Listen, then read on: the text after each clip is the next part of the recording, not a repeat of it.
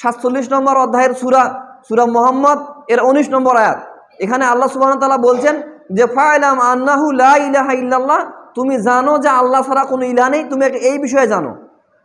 আল্লাহ সুবহানাহু ওয়া তাআলা মানুষকে আগে বলছেন যে তোমরা আগে এইটা জানো যে আল্লাহ ছাড়া কোনো ইলাহ নেই, তোমরা এইটা জানবে আগে, আর কিছু নয়।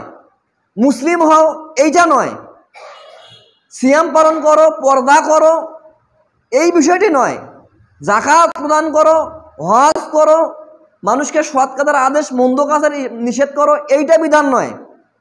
মূলত প্রথম বিধান হচ্ছে মুসলিম উম্মার উপর, মুসলিম জাতির উপরে, মানব জাতির উপরে কি বিধান? আল্লাহর পক্ষ থেকে যে ফা'লাম আন্নাহু লা ইলাহা ইল্লাল্লাহ, যে তোমরা জানো যে আল্লাহ ছাড়া কোনো ইলাহ নেই, তোমরা এইটা জানো, তারপর মুসলিম হও।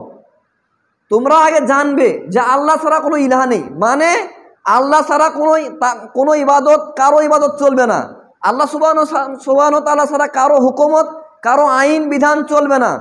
আল্লাহ সুবহানাহু ওয়া তাআলা ছাড়া কারো কাছে সিজদা করা, কারো কাছে রুকু করা, কারো কাছে প্রার্থনা করা, কারো কাছে আরোগ্য চাওয়া চলবে না। আগে আপনাকে এই বিষয়ে আপনাকে ক্লিয়ার হতে হবে, এই বিষয়ে আপনাকে আগে স্থির হতে হবে যে আপনি জানেন